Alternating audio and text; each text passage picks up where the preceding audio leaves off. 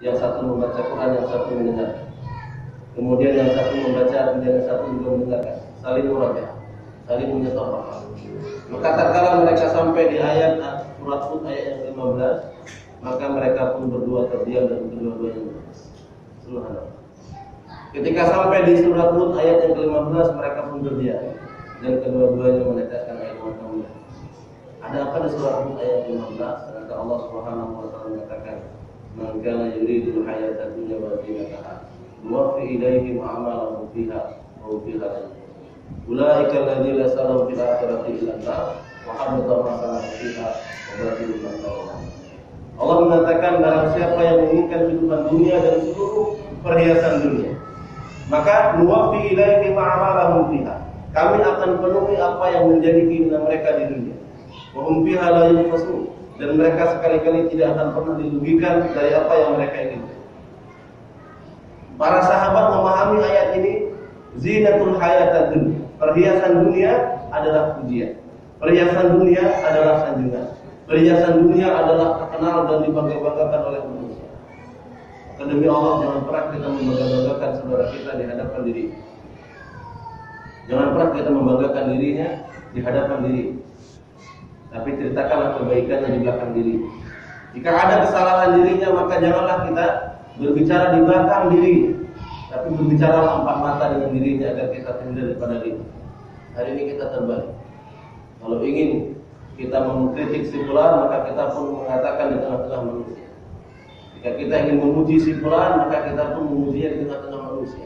Seolah-olah apa yang kita lakukan sudah merupakan kebaikan bagi diri kita. Karena hari ini seperti itu manusia melakukan. Ketika hendak memuji saudaranya, di mana dia puji? Ternyata dia puji di hadapan saudara, puji-puji disanjung-sanjung. Ketika dia mau mengislah saudaranya, menceritakan aib saudaranya, ternyata dia pun menceritakannya di belakang saudara.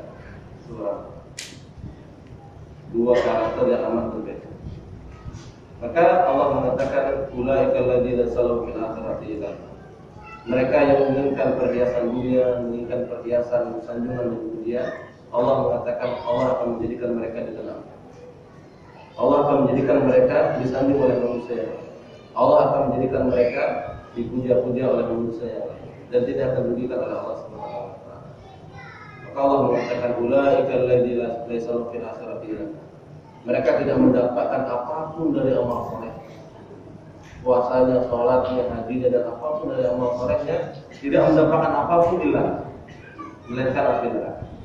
Wa habita ma sana'u fiha, terhapuslah seluruh apa yang telah mereka kerjakan.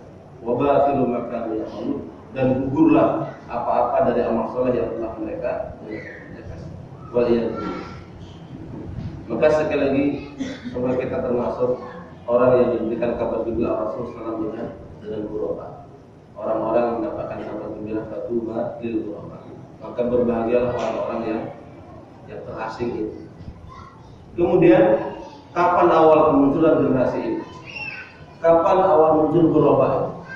Maka generasi ghuraba adalah generasi Rabbani.